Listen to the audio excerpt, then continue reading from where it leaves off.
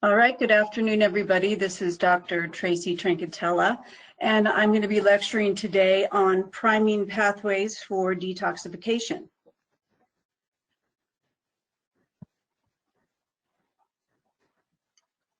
I am a naturopathic doctor. I've been in practice for about 20 years.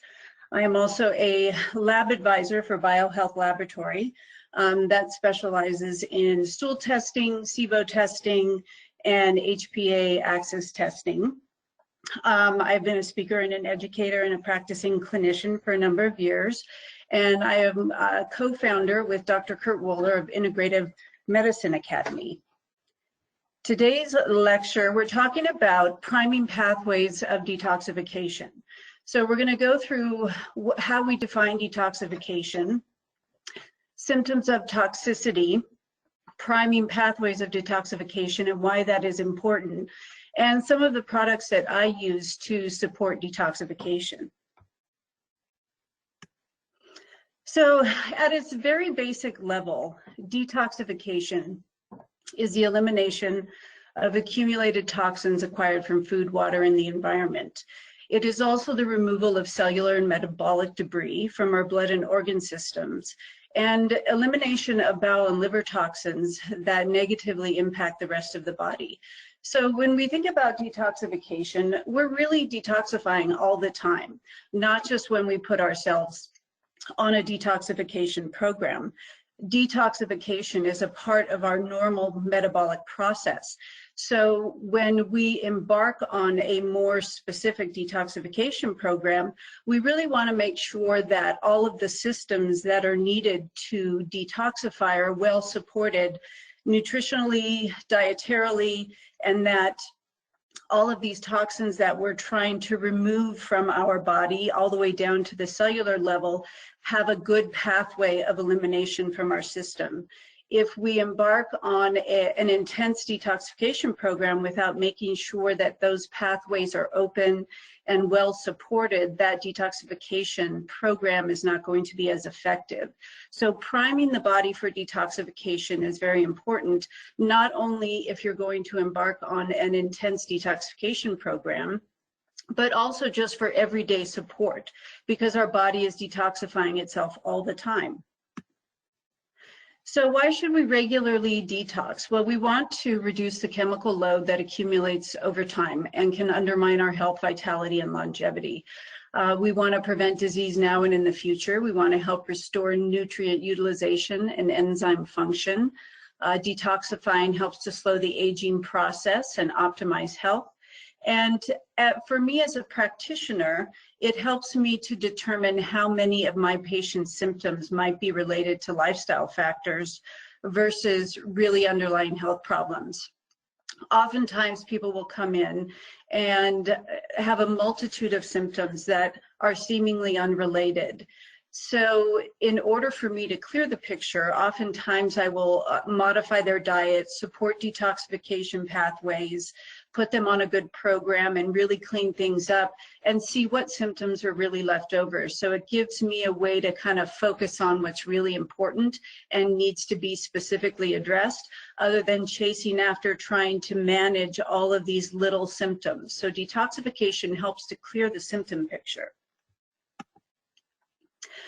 So signs and symptoms of toxicity. This is not all that you would see in somebody who's experiencing an overload of toxins. There's many more symptoms, but these are just some of them that are common that I would see people come in with, oftentimes with several of these symptoms. And this is why I would choose to put somebody on a detoxification program or help to prime those pathways of detoxification. The symptoms are very generalized, but they do contribute to a poor quality of life. So if we can get them feeling better on a very basic level, people often feel a lot better. And because they feel better after following a program that helps to prime those pathways, they feel more encouraged to pursue more difficult things or more aspects of their health that need to be specifically addressed.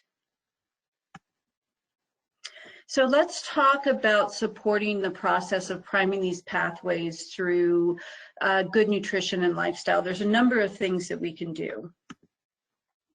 So when I talk about a detoxification lifestyle, these are really basic concepts, but we have to pay attention to them because not only are they foundations of good health, they are foundations that allow our body to effectively detoxify. So diet is always going to be the cornerstone of any good program. So we have to consider diet, and we'll go into more detail about all of these topics here. So diet is the cornerstone of any program. Water consumption. Most people go around being somewhat dehydrated all the time. Providing people with adequate nutrient support, with usually in the form of some kind of multi-pack, multivitamin supplement program that helps to support all of those pathways and gives them the key nutrients that are necessary to support all of those detoxification pathways. Involving exercise and movement therapy. Some people are very sedentary in their daily lives. We do a lot of screen time, a lot of computer work. So getting up and moving frequently, whether it's a regular exercise program or just walking, anything that incorporates movement gets those engines moving and helps people to get their circulation going and push those pathways of detoxification. Sweating is also very important, which can come from heavy exercise or it can come through sauna. Sweating is an excellent way to detoxify through our skin. Improving bowel elimination and bowel function. And this is a big topic because a lot of people have a lot of gut issues. And it often becomes a major focus in and of itself before we can actually detoxify somebody, because if they don't have good bowel function, that's a primary way of eliminating toxins from our body. So we have to make sure that people have good bowel function before really pushing those detox pathways. And we also want to support liver detoxification pathways. Your liver detoxifies in, well, essentially 2 phases. I like to say that there are 3 phases of detox, because the third phase for me is bile production and elimination, because that's where a lot of the toxins that your liver packages up through phase 1 and phase 2 detox, dumps them into the bile, and that bile has to be fluid enough and get released into the small intestine to be released through the stool. So supporting bowel and liver detox is a major focus in any detox program. So dietary recommendations. So this is the cornerstone of any program. So you want to think about not only the quality of the food that you're consuming, but how you're structuring your meals. So you want to try to eat meals at regular intervals to support digestion and elimination and blood sugar, especially for people who tend to be a little hypoglycemic. You have to eat regularly. Try not to snack between meals, where you can leave at least a 4-hour interval in between meals to allow for digestion and absorption and assimilation. Also, by allowing your body to effectively digest a meal and giving time between the next meal allows you to push things through the intestine. That's when that migrating motor complex is active, and it sweeps things through your small intestine so that you can effectively absorb the nutrients from your food and sort of process that solid waste and get rid of the waste that you don't need from your meal. You want to try to keep meals balanced, including a source of high quality protein, select carbs, and healthy fats. And we'll go into more detail about that. You want to build meals around vegetables and protein and add fats for cooking, flavor, dressing, condiments. And I'm not a proponent of a really low fat diet. That's not what I'm proposing here. It's just that we can always get fats in through salad dressing, through oils that we're cooking with, and other forms of food. So if we build our meals around vegetables primarily, adding a source of protein, and then bringing fat in for flavor, you're going to have a pretty balanced meal there. You also want to cook and store foods in non-reactive pots and containers, using really high quality stainless steel for cooking.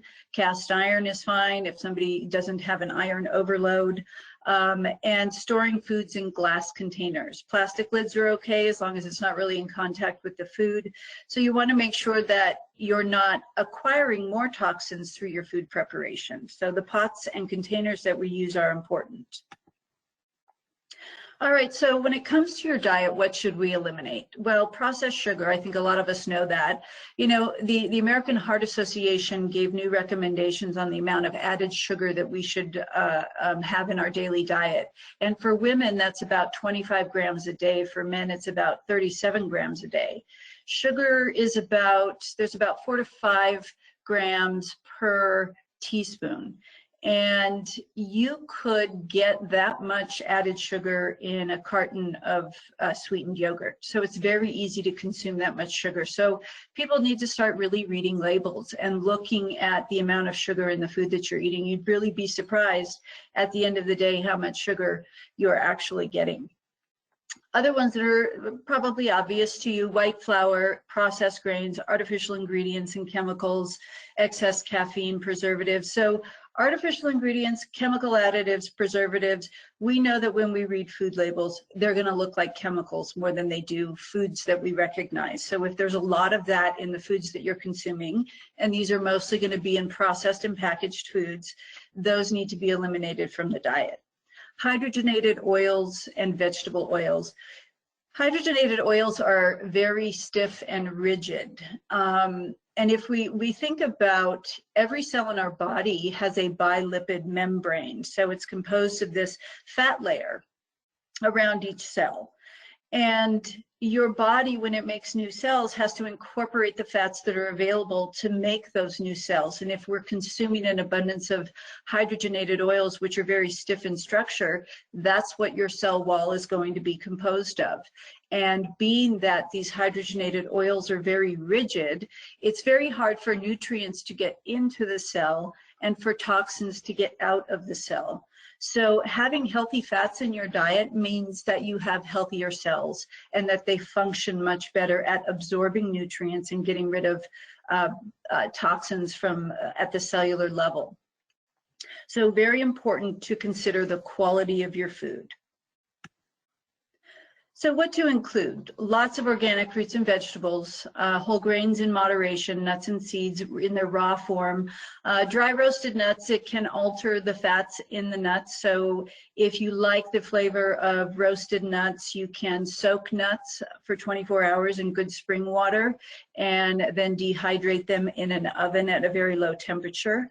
There's lots of directions for things like that online. So nuts and seeds are a great source of healthy fats, cold pressed oils, coconut oil, raw butter or ghee, wild fish only, good protein sources, always organic, so that you're not just adding to your toxic load, filtered water, herbal teas, vegetable juices, increasing raw foods with each meal. So lots of salads and fermented foods like kimchi and fermented cabbages and vegetables and things like that. Those add a lot of enzymes and a lot of natural probiotics to a meal. So they're like a digestive aid as well. So we talked about diet. I think that's kind of obvious for most people. The next thing is water consumption. As I was saying, most people go around being somewhat dehydrated all day. So a good formula to know how much water you should consume is to take your body weight, divide that in half, and that is the number of ounces of water per day you should have. And there's an example here: 120-pound person divided by 2, 60 ounces of water per day. So it's a simple formula for you to know how much you should consume. And for those people who are not thirsty types, a good tip is to figure out how much water you need and pre-fill containers. Have them pre-filled and just try to go through them every day. That way you know that you've actually consumed enough water at the end of the day. It's so important to stay well hydrated because it supports the elimination of waste from all the cells, helps to regulate our body temperature, keeps our joints fluid, keeps skin and mucosal surfaces supple and able to resist infection. It helps to support bowel, liver, kidney, lung, blood, and skin detoxification. So we exist in like this fluid medium. And if we're dehydrated, all of those things that are supposed to be fluid and moving are sluggish. So when it comes to detoxification, we need to make sure that we're well hydrated so that those processes can work in a very fluid way. For some people, if you live in an urban area where you don't have a good water source, investing in a whole house filter, or at least filtered drinking water and water used for bathing is beneficial because you're reducing your exposure to fluoride and chlorine and other additives that are used to kill bacteria. Urban water sources tend to be pretty polluted and not very tasty. So filtered water often tastes better for most people. Most municipal water, even if you do live in an area where you have really good water, it's going to have some chlorine derivatives because they're basically, that's what they have to do to kill bacteria before they provide it to the public. So filtering your water is important. You also want to use non-reactive containers such as glass and stainless steel. Avoid soft plastics at all costs because that leaches into the water. So this is just a picture kind of giving you an example. On the left is a healthy alkaline and hydrated cell medium. So you look at your red blood cells, they're full, they're plump, there's a lot of fluid in between them. And then on the right, you look at where somebody is dehydrated and in more of an acidic environment, not consuming enough plant-based foods to get that alkaline pH in their system. So the left side is healthy, the right side is not so healthy. So for nutritional support, so just to recap, we've gone over diet and we've gone over staying hydrated. To support nutritionally these pathways of detoxification, I usually recommend including a high quality multivitamin and mineral supplement to assure adequate stores of nutrients that support detox pathways. Unless we do testing, we don't really know where our patients stand in terms of their nutrient status. And for some people, they may have some nutritional deficiencies due to gut problems and malabsorption. So that's another area that we have to explore, and we'll talk about that when we talk about bowel function. You want to also include some good essential fats in the form of fish oils, flax oil, or krill oil. Again, going back to the cellular model of that bilipid membrane to support healthy cells. You want to also provide some additional antioxidants and sulfur compounds to support phase 1 and 2 liver detox. So if you really want to know what the nutrient status is, there is a company called Spectracell micronutrient testing that can reveal overt deficiencies. And here's the website for Spectracell. They're basically looking at nutrient content within the white blood cells. So this is a good measure of what is available at a cellular level, not just what is circulating around in your blood. So as a good starter pack, so when we talk about general support, here's a good starter pack from New Beginnings Nutritionals. The Spectrum Mate is a multivitamin and mineral supplement. It contains a good amount of trace minerals as well. You have the cod liver oil for your essential fats, and there's some additional calcium and magnesium chews. So this is a good starter pack for most people. You know, it's just pretty simple, straightforward. There's 3 products here. You're covering some good bases. So most people should be on some additional mineral supplementation and a good absorbable multivitamin. What I like about this is that it's in a capsule form. I usually prefer as many products as I can get in a capsule form if it's something that you have to swallow, because once you break down that gel cap, the powder is available and much easier to absorb and digest than a hard tablet. And the cod liver oil, mostly it's in a lemon flavor, so you know it tastes okay. You just have to swallow down a teaspoon, so it's not really too bad. So this is a good starter pack for general support. Additionally, in supporting phase 1 and phase 2 liver detox, I do like this product from Designs for Health. It contains some sulfur-based amino acids that support detoxification in the liver. So if you or your patients or clients have a history of maybe really abusing themselves or abusing their liver, let's say they overindulge in alcohol, they're smokers, they're on a lot of pharmaceutical medications, they may need some additional support above and beyond just a basic multi-pack to support liver detox pathways. And additional antioxidants. So you use up a lot of antioxidants in phase 1 detox. So, you know, people who are under a lot of stress, have a poor diet, are exposed to a lot of toxins, usually burn through their antioxidants pretty quickly. So supporting them with a good antioxidant blend is another aspect of that general nutritional support. And this is a product here from New Beginnings Nutritionals. And more specifically, as I was mentioning, using sulfur-based compounds, glutathione is a major antioxidant and a major supporter of liver detoxification. So getting really specific down to the glutathione, you have to use a liposomal formula to get good absorption with glutathione. There's only 2 good ways of getting it. One is intravenously, the other is from a liposomal formula.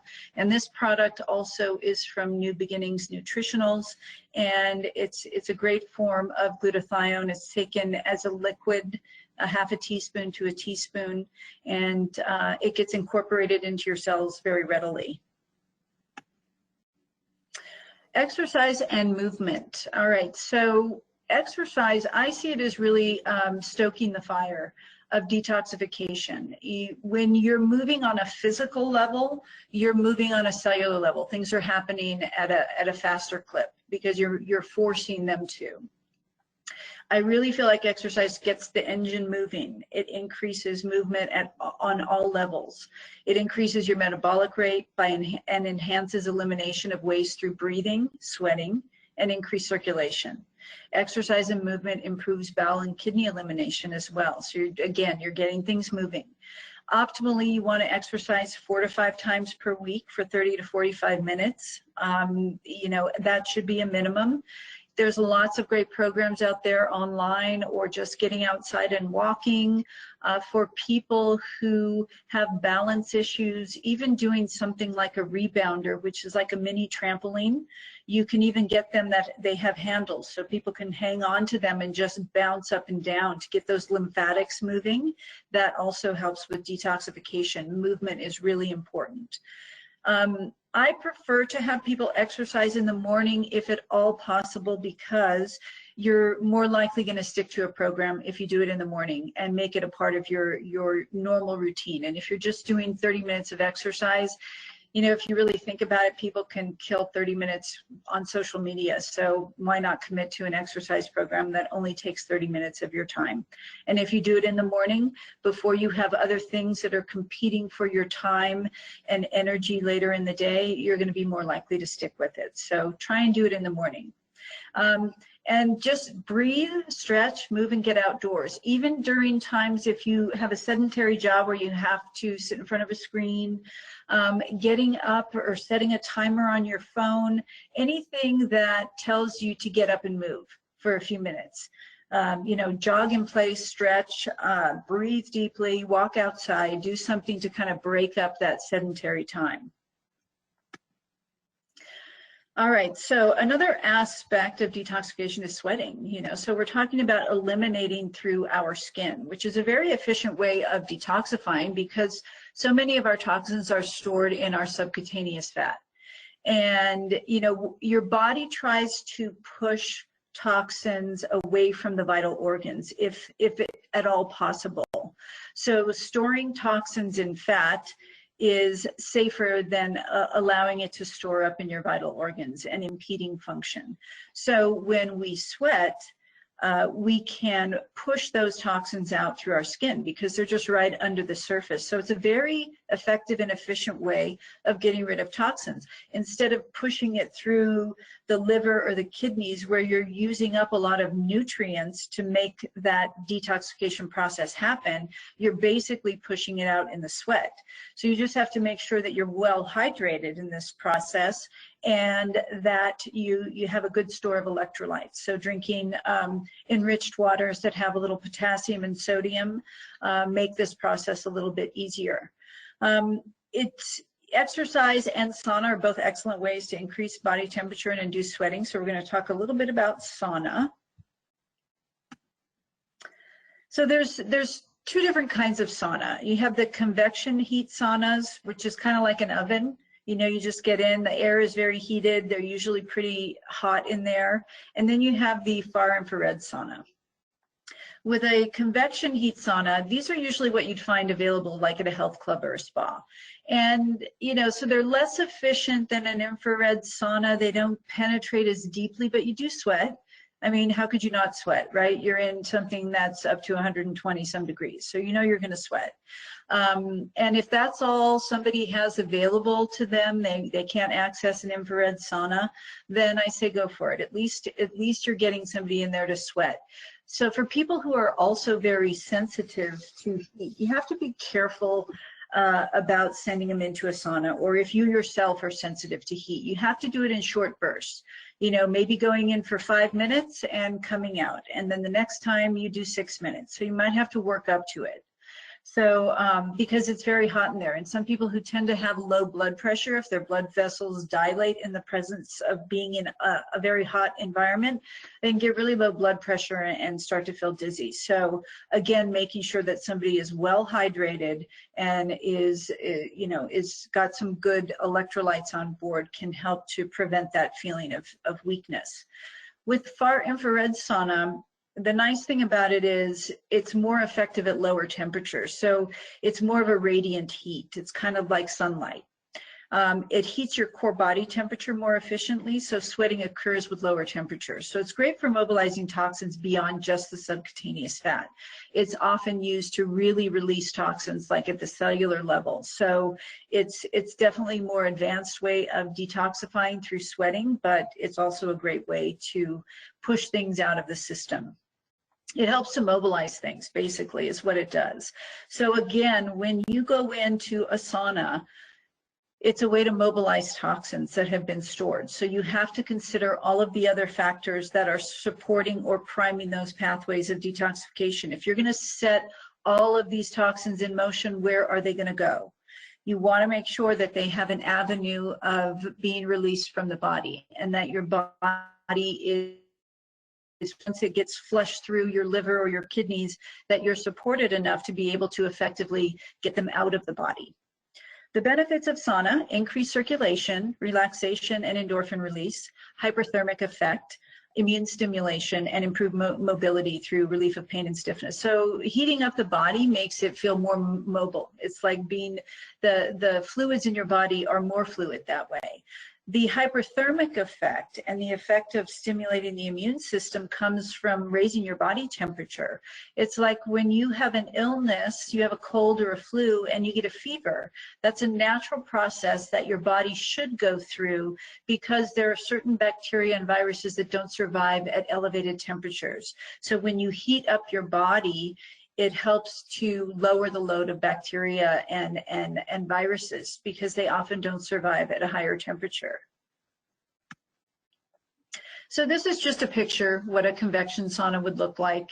Usually hotter. You see like the little heater in the corner, and it's just heating up the room, whereas the infrared sauna has different panels within it that produce a radiant heat and penetrate the skin a lot better than convection, or penetrate deeper tissues a lot better than a convection heat sauna does. And there's just an example of what it's really like. So infrared sauna, it's like the sunlight penetrating your body. It's a radiant heat. Lower sauna temperatures, you know, you can get in there for people who are elderly or have low blood pressure. You can get in there, you know, even 90 to 100 degrees and make things happen at those lower temperatures. You can stay in there for a longer period of time because it's not as hot. Deeper penetration of tissues, releasing those stored toxins, improved microcirculation, and frequency of use increases that detox capacity. So the more it gets used, the more readily your body is going to release toxins at the cellular level. So it's a great way to detoxify. And let me just say too that you don't necessarily have to invest in a big a sauna to have in your home. There are smaller units that are available. There are units that just sort of are portable and zip up and leave your head sticking out for people who can't tolerate heat on their head or their face. So, you know, there's a lot of options out there ranging in price from $150 all the way up to like $3,000 to $5,000. So there's usually something for everybody. All right, so bowel and liver detox. So this is the part of the lecture where we talk specifically about bowel and liver function and opening those major pathways of detoxification.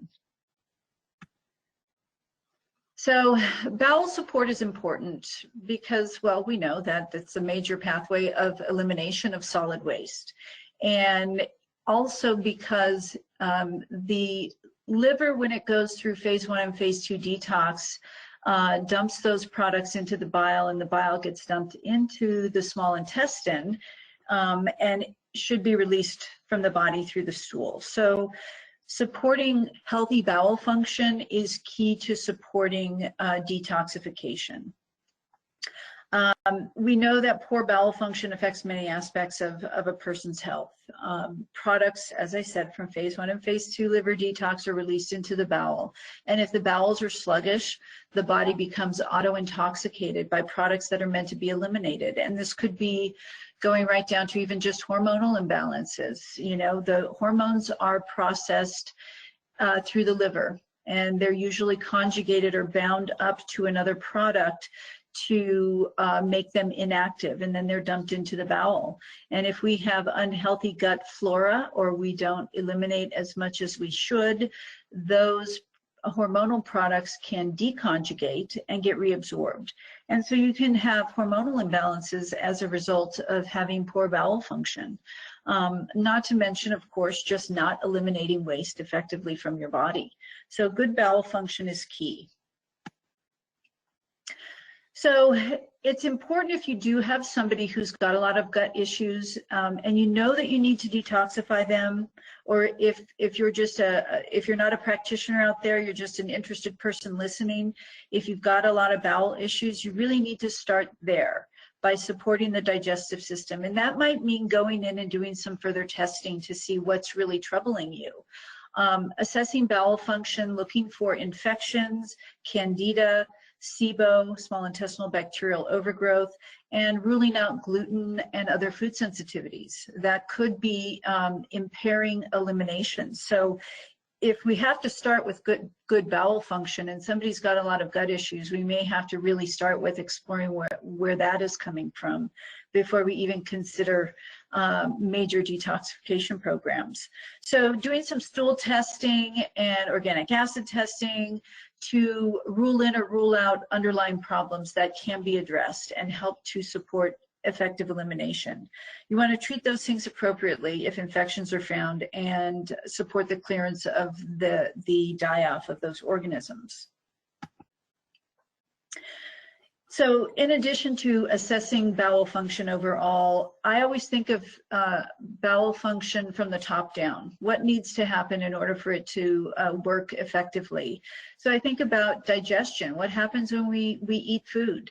What if we're not digesting and absorbing our food effectively?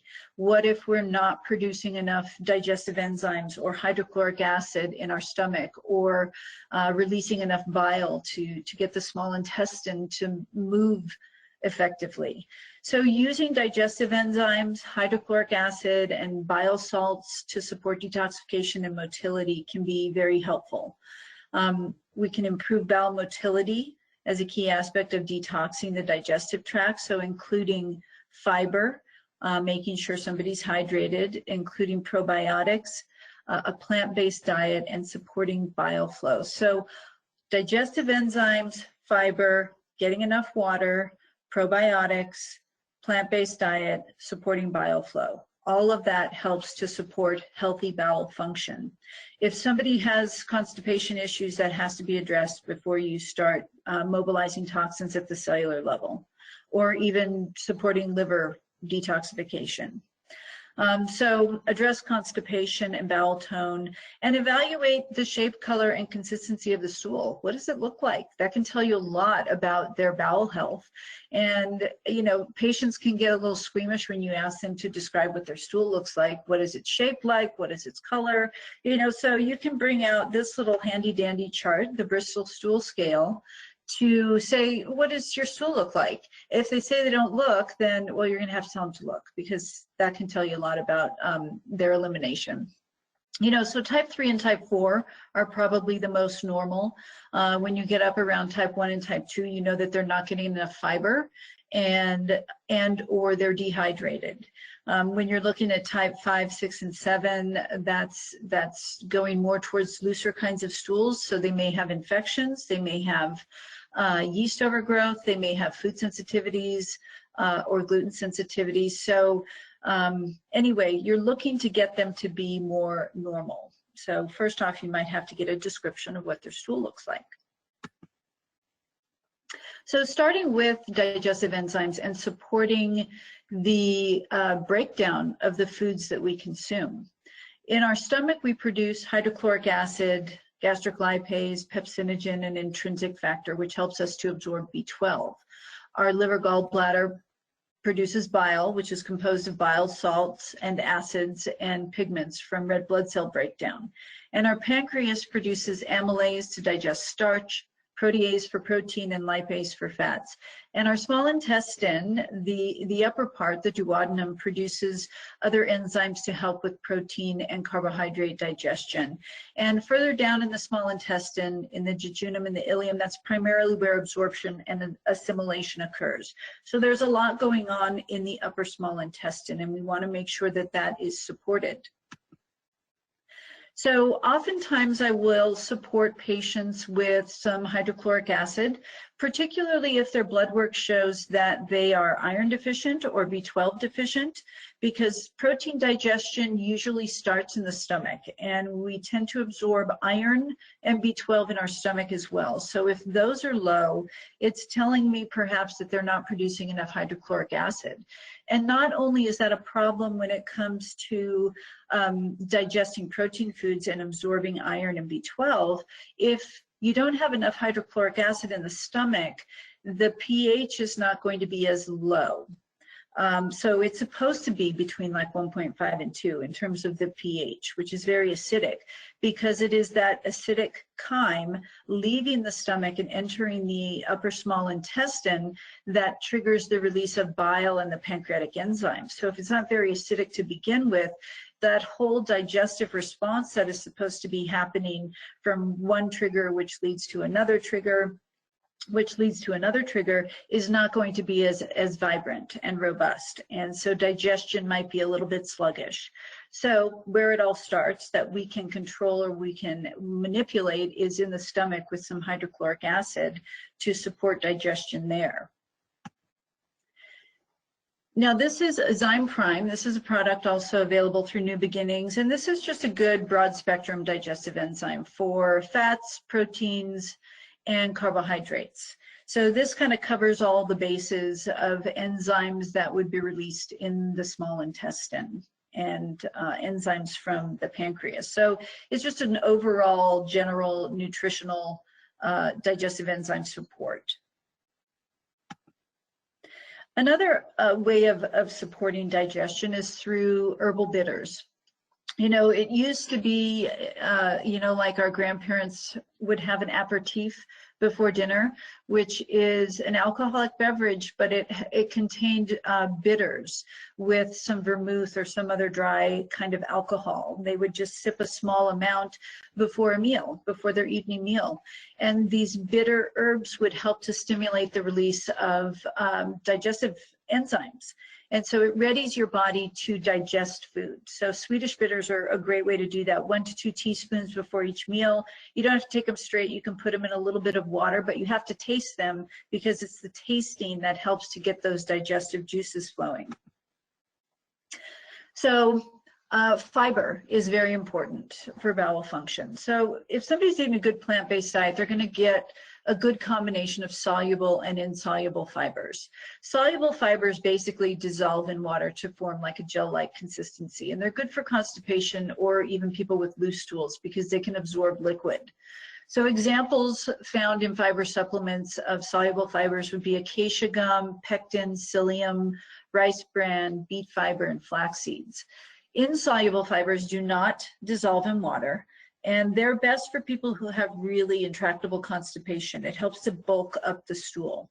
Examples found in fiber supplements would be cellulose, hemicellulose, and lignans. So when you're reading a fiber product, you want to look and see if, if it's composed mostly of insoluble or soluble fibers.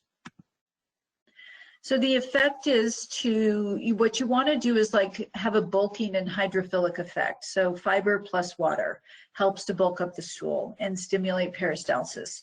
Bowel tonifiers, some people just have like a kind of lazy bowel. It just doesn't contract very well. It's lost tone.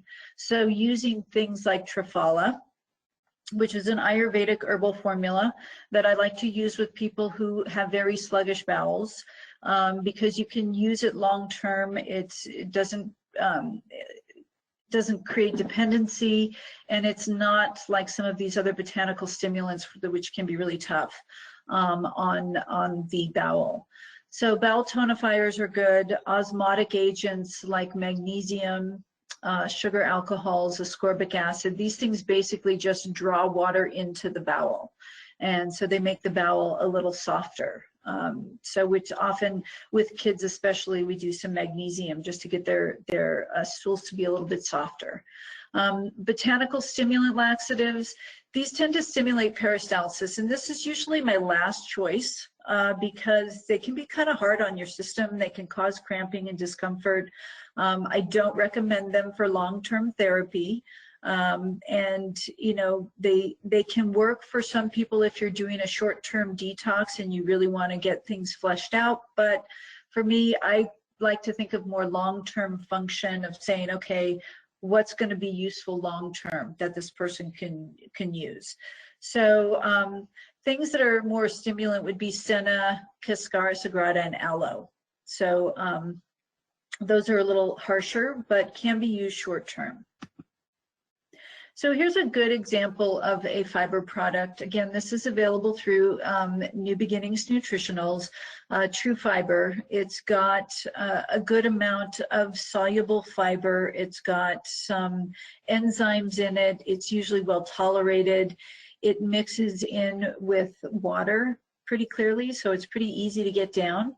And it's also got a little hemicellulase, which is an insoluble fiber, so it's got a good mix of both.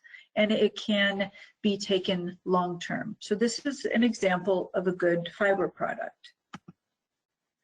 As I was mentioning, Trafala, I recommend this a lot for people who have poor bowel tone.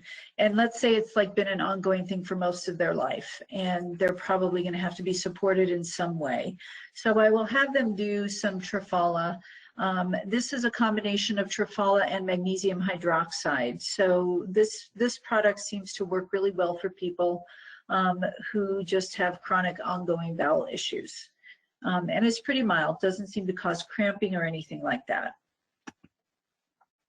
So for people who also just have, in addition to their bowel sluggishness, you just know that they've got a lot of toxins in their gut. And once you start to get things moving, maybe they're not going to feel so well. So doing something like GI Detox Plus from Biobotanical Research is a great product to help bind up toxins. This is kind of it has more of a physical action because it's clay, activated charcoal. It's really a binder, so it binds up toxins. It does make the stool a little bit gray, so I always like to inform people of that ahead of time so they don't think something is wrong because it's got the charcoal in it. So this is really good if you feel like somebody's just got a very queasy, uncomfortable, gassy kind of gut. Having them do some GI detox to bind up some of that toxic product in their gut can be a good way to go to just get them feeling better pretty quickly. So probiotics are very important. I mean, there's a lot of talk out there about the importance of the microbiome and its influence on our health and how we basically interact with our environment and how these bacteria are a part of us and a part of our environment, and that they can direct so many different things in our bodies, our immune system, our hormonal balance, how we digest and absorb our food. So it's great that there's so much awareness of the microbiome and the important influence it has on our overall health. So in addressing just bowel function in general, probiotics can help to improve transit time, reducing the overgrowth of less desirable bacteria, increases stool frequency, and improves stool consistency. And you can see this, just have your patients refer to the Bristol stool scale. Choose a multi-strain probiotic and rotate products and strains of bacteria. There's so many different bacteria in our guts, we can measure some of them.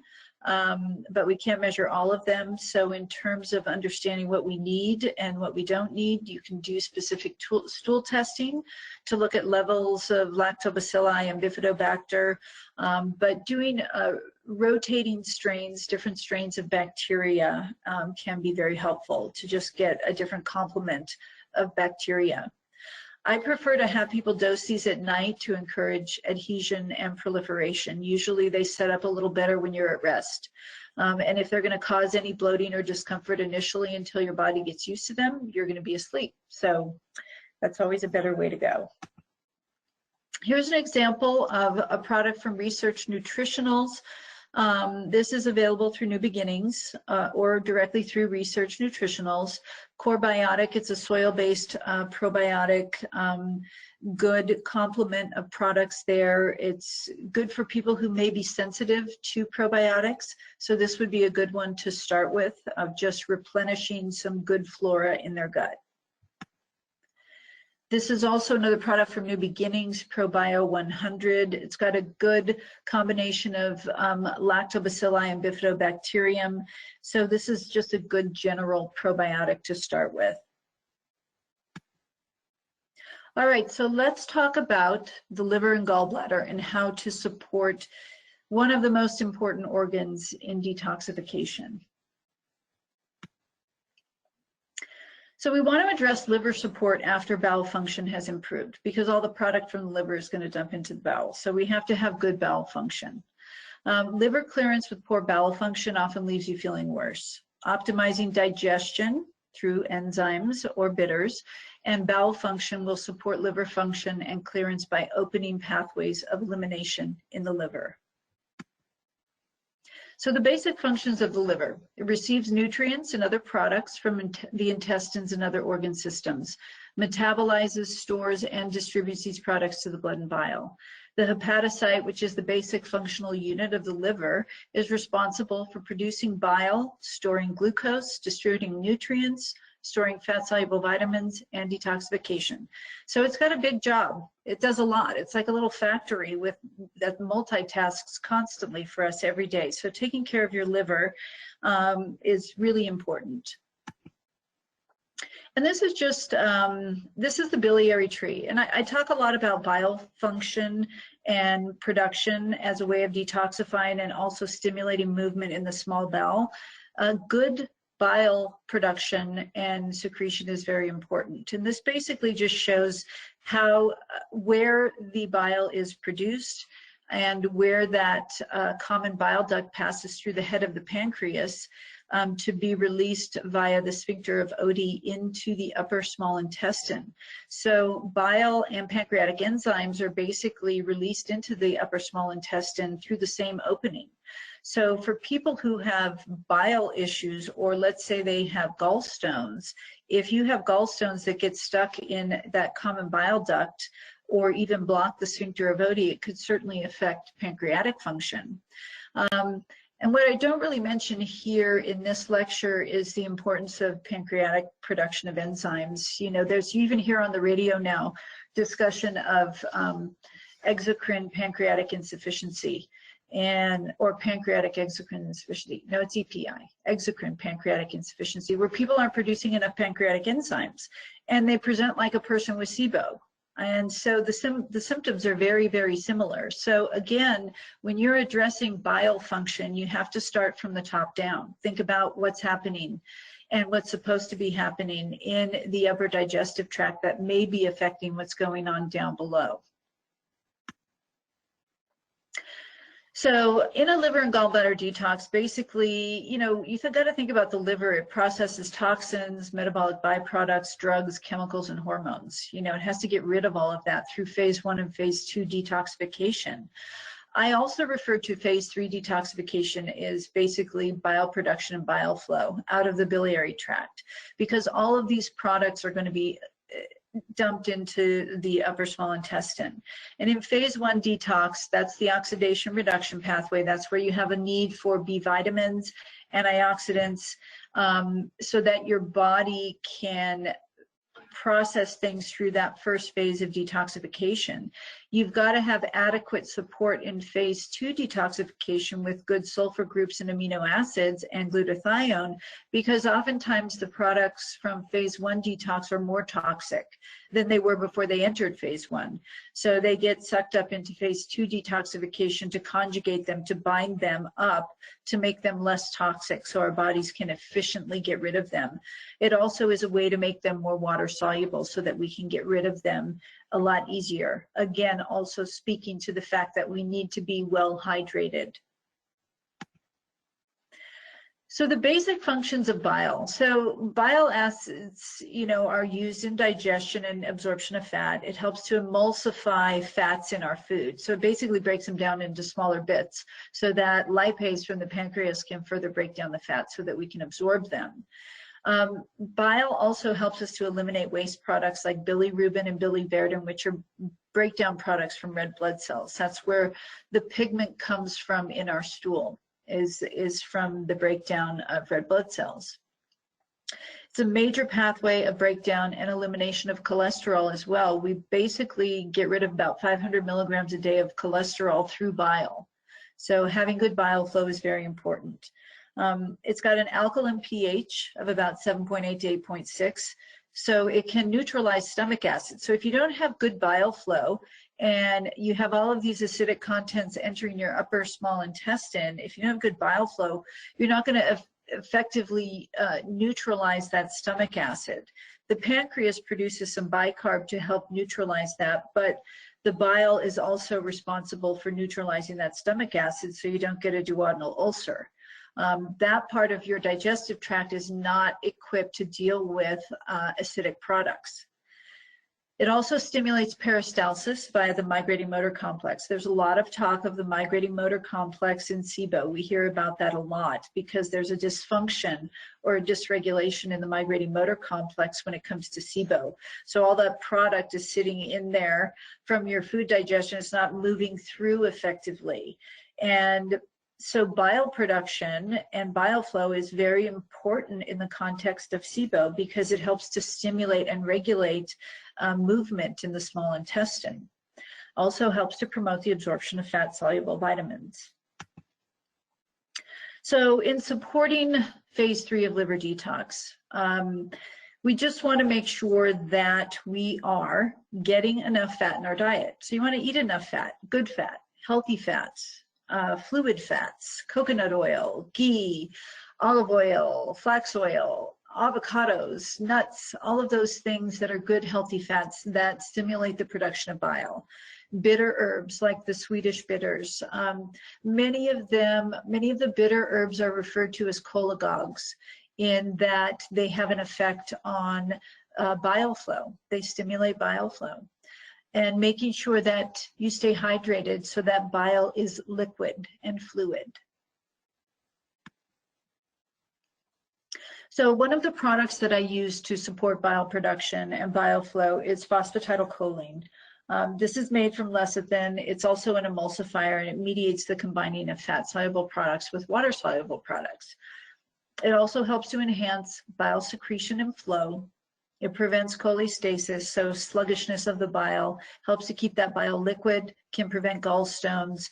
So it's one of my go-to items when I want to support liver and bile flow.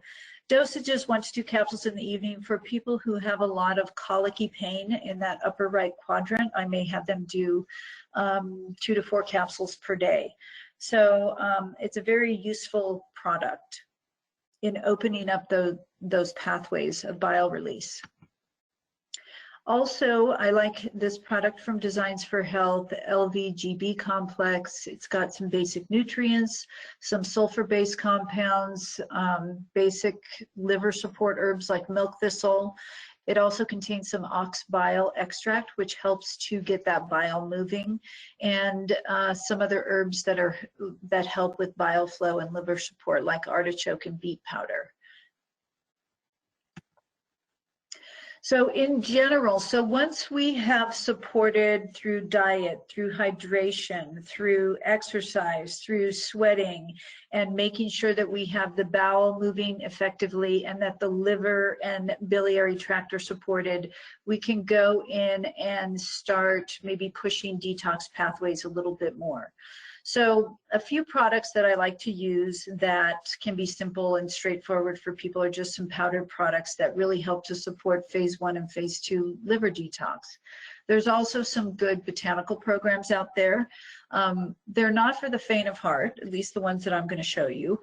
They can be pretty intense, but I'll talk about how you can make them a little less intense. And then there's just simple kits for bowel and liver detox that are available out there. You can find a lot of them through health food stores or other professional distributors like Emerson or Fullscript. And so there's a lot of things to choose from. But before you get to this point, you have to do all of the other stuff that we just talked about so that detoxification becomes an optimal endeavor rather than something that is a struggle. So here's just one example. I like a lot of Designs for Health products because they're pretty high quality. Most of their supplements that you swallow are encapsulated, so they're pretty pure and they have a lot of good products. So this one is just a paleo cleanse product. It supports phase 1 and phase 2 detox. Its base is pea protein, so it's not rice protein or whey. So pea protein is usually well tolerated by most people. It does not contain any added fiber, which is fine. If you have somebody on a fiber supplement, you don't have to worry about them getting too much fiber. And so you can use this in sensitive people. You can start out with a lower dose, but the recommended dosage is 1 scoop 2 times per day. So it's pretty simple, straightforward detox. This is through biobotanical research. This is where biocidin is made. This is a common product used in SIBO and other gut infections. It's effective against C. diff, but they have a great comprehensive cleansing program. If you use all of their products there, you can see 5 products are listed. So for people who have a lot of gas or bloating, or maybe they've got some bacterial issues going on and you feel like you really need to go in and address the bacterial overgrowth or SIBO, having them do a comprehensive cleansing program with these products from biobotanical research can be a great way to address some of their bowel dysfunction and to reduce bacterial overgrowth or certain bacterial infections. So this is a great way to go for people who you want them to detox. You have to do all the prep work, all of the other steps that we talked about, but the focus may be on some of their gut dysfunction that you really need to settle there and work on those things. So this is a good program to use for people who may have bacterial overgrowth or other issues going on infection-wise that you need to address first. There's other programs, what I call like Detox in a Box, really simple things. Great for people who, if they're basically pretty healthy, they maintain a good detox lifestyle where they're on good nutritional supplements, they exercise, they're well hydrated, all the things that I talked about before. And they tend to be kind of busy people, and maybe once or twice a year they just want to have a boost. And put themselves on a more restrictive program. So there's a lot of good professional grade products available. And here's an example. So here's Pure Paleo Cleanse Plus. So this is like the other version, but it comes as packets. And so it's sort of a no-brainer. This is a 14-day cleanse. You do, it's got 28 single serving drink mixes, so there's one twice a day. You have some of the amino detox and detox antiox. So you have all these products that are supporting liver detoxification. It does have some additional fiber in the products and the additional antioxidants and sulfur-based amino acids. What I do like about it is that it comes with a food plan and a guidebook. So it kind of takes the burden off you if you're a practitioner, or if you're just an individual out there listening and you just want something that is easy and straightforward and simple to follow. Something like this might be the best way for you to go. And these are the Botanical Products. This is from herbdoc.com, Dr. Schultz's products. They can be pretty intense. And as I said, they're not for the faint of heart, but there's a lot of good information online about the products. These are all like 5-day cleanses. So 5-day kidney, 5-day liver, 5-day bowel. I always recommend doing the bowel before the liver.